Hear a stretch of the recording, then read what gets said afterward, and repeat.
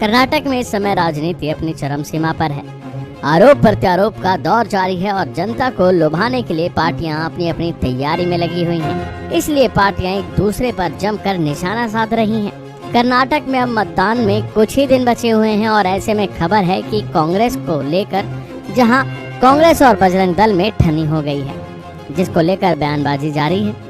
दरअसल चुनाव से पहले पार्टियां अपने घोषणा पत्र जारी कर रही हैं, जिससे जनता का दिल जीता जा सके। इसी के चलते कांग्रेस ने अपने घोषणा पत्र में सत्ता में आने पर बजरंग दल पर प्रतिबंध लगाने का वादा किया है और बजरंग दल के नेताओं ने अपने घरों के बाहर कांग्रेस के लिए चेतावनी भरे पोस्टर लगा डाले हैं। इस तरह के पोस्टर चिकमंगलुरु जिले के कई घरों में देखे गए हैं, जिनके भवन के ऊपर बजरंग दल का झंडा लगा हुआ था।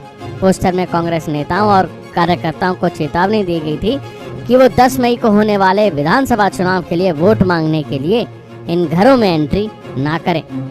अब इन पोस्टरों को लेकर भी विवाद जारी हो गया है।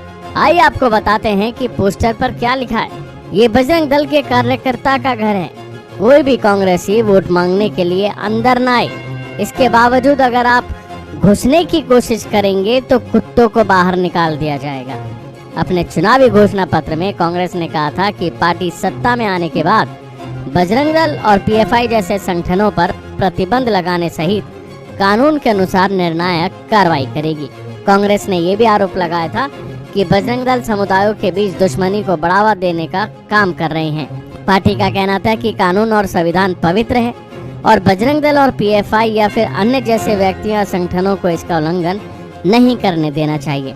ये बहुसंख्यक और अल्पसंख्यक समुदायों के बीच दुश्मनी या फिर नफरत को बढ़ावा दे रहे हैं। कांग्रेस इन पर प्रतिबंध लगाने सहित कानून के अनुसार एक्शन लेगी। अब जब ऐसे बयान आ जाएं तो भला राजनीति कहां रुकने वाली है।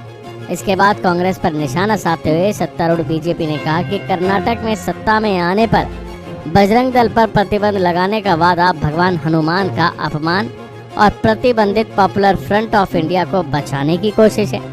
यहाँ तक कि पीएम मोदी ने भी बजरंग दल पर प्रतिबंध लगाने के वादे के लिए कांग्रेस पर निशाना साधा। उन्होंने कहा कि कांग्रेस का इतिहास और सोच कर्नाटक के लोगों को कभी नहीं भूलनी चाहिए। कांग्रेस का इतिहास आतंक और आतंकियों के तुष्टीकरण का रहा है। जब दिल्ली में बटला हाउस एनकाउंटर हुआ था तो आतंकियों के मारे जाने की खबर सुनकर कांग्रेस के शीर्ष नेताओं की आंखों में आंसू आ गए थे। बहरहाल देखना यह है कि इन बयानों का कर्नाटक की जनता पर कितना असर पड़ता है और अब राज्य में चुनाव के नतीजे क्या आते हैं।